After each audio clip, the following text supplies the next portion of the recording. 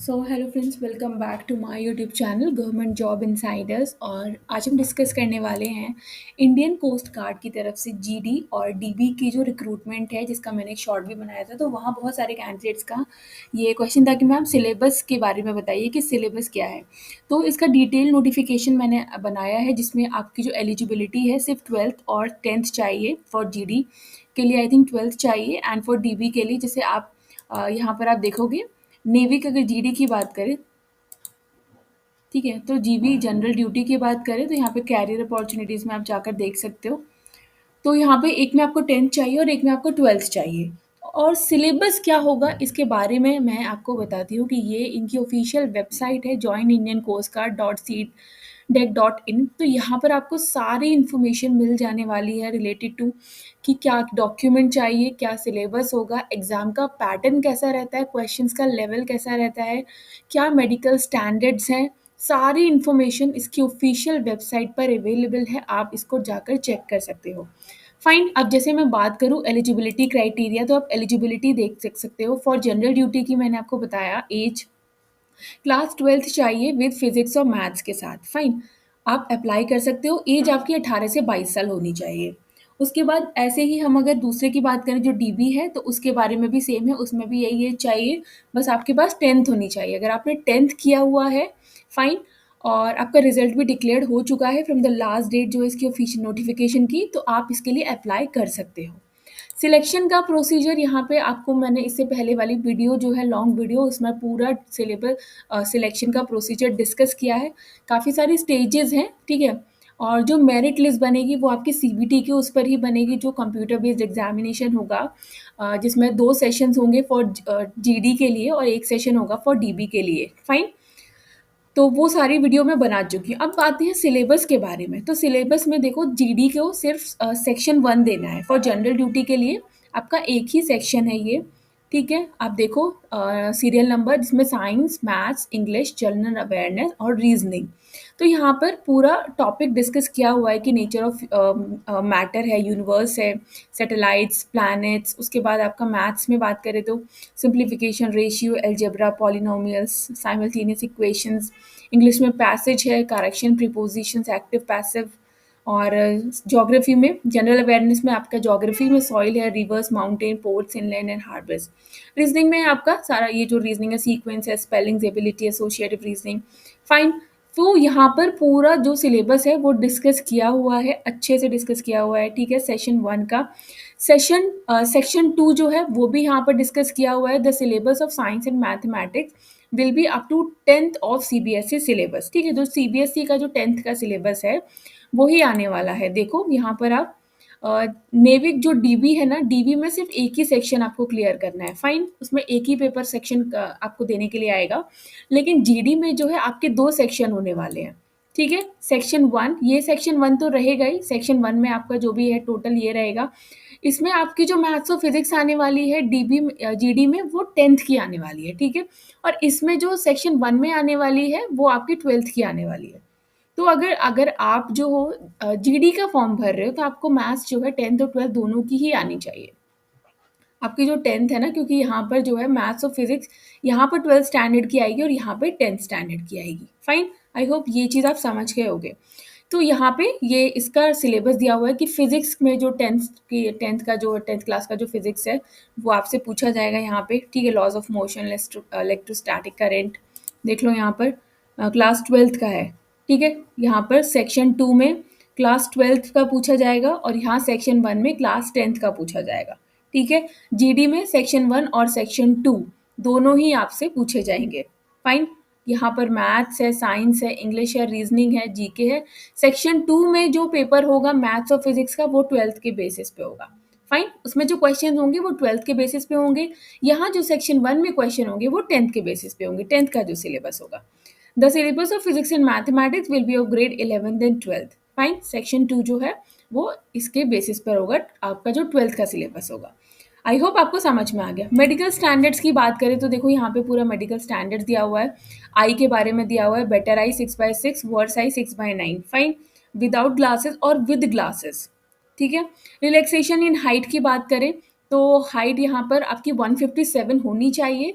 बाकी जो tribal candidate है who pass the return examination and PFT are also be granted as relaxation या height relaxation.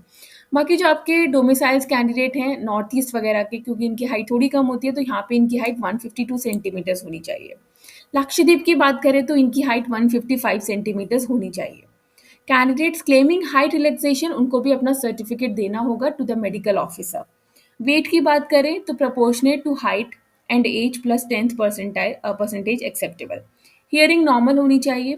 Tattoo के बारे में बात करें तो permanent tattoos are not permitted in any part of the body. However, certain concessions are permitted to candidates belonging to tribal areas and communities as declared by the government of India. ठीक है, कुछ communities में tattoo जो होता है वो उनका religious kind of symbol होता है, तो उस तरीके के जो ट्राइबल कैंडिडेट्स जो हैं, अगर उनके बॉडी पे कहीं टैटू होता है तो उसको परमिट किया जाता है, फाइन। अदरवाइज जो टैटू होते हैं जो शो के लिए होते हैं उनको एलिजिबल, मतलब वो कैंडिडेट्स एलिजिबल नहीं है अगर वो बॉडी के आउटसाइड अगर दिखते हैं तो, फाइन।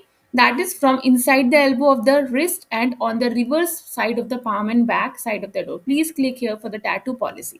तो टैटू पॉलिसी के लिए आप यहाँ पर जा सकते हो और यहाँ पर आप चेक कर सकते हो। सबसे ज़्यादा आई का प्रॉब्लम रहता है, तो आप आई के बारे में कि विदाउट ग्लासेस आप यहाँ पर चेक कर सकते हो। उसके बाद रिक्रूटमेंट साइकिल के बारे में आप देख सकते हो।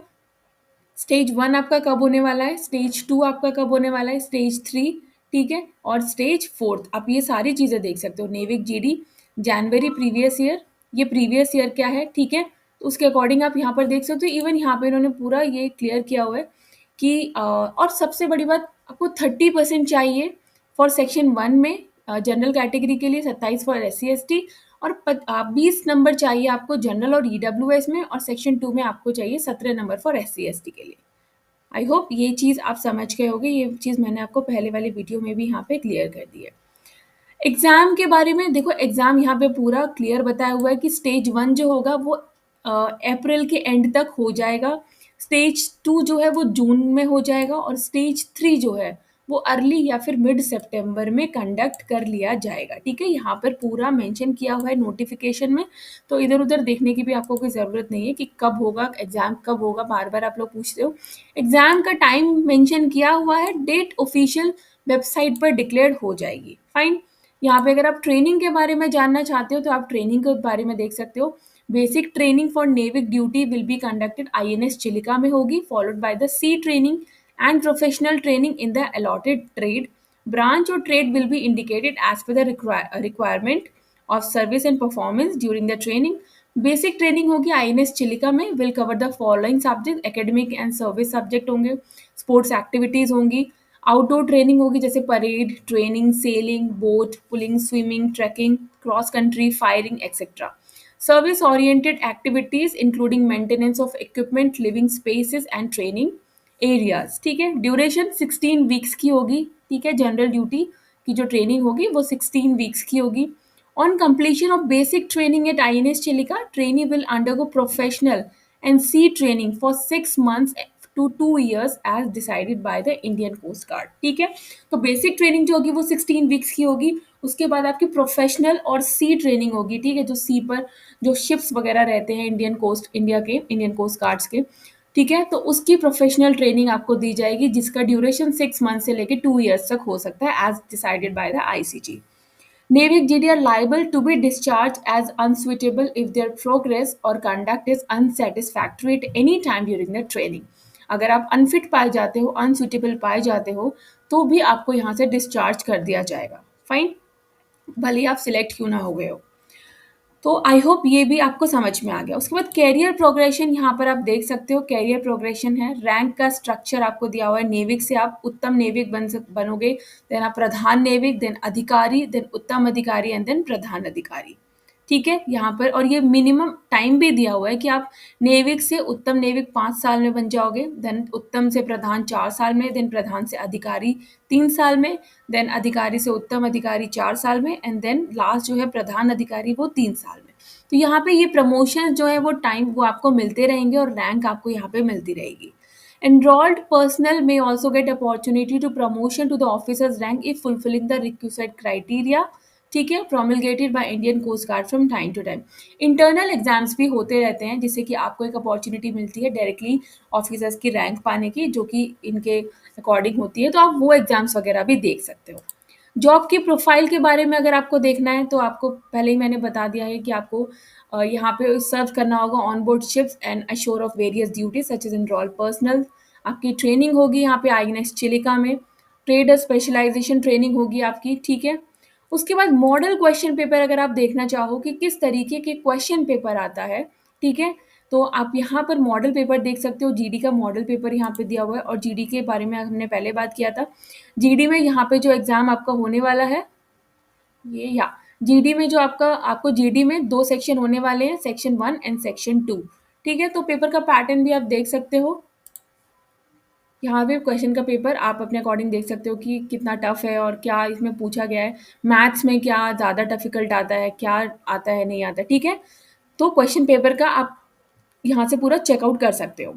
बाकी आई डोंट थिंक सो कि यहाँ पे कुछ ज़्यादा बच रहा है बचाने के लिए। सिलेबस मैंने आपको बता दिया, सिर्फ इसकी ऑफिशियल वेबसाइट पर जाना है, सब कुछ अवेलेबल है ऑफिशियल वेबसाइट पर, कुछ भी इधर उधर से देखने की आपको ज़रूरत नहीं पड़ने वाली है। फाइन, आई होप वीडियो आपके लिए बहुत यूज़फुल रही होगी, और ऐसी वीडियोस को हम आपके सामने लेकर आते रहते हैं, तो चैनल को लाइक शेयर सब्सक्राइब और बेल आइकन बटन को प्रेस करना नहीं भूलिएगा। तब तक के लिए नमस्ते।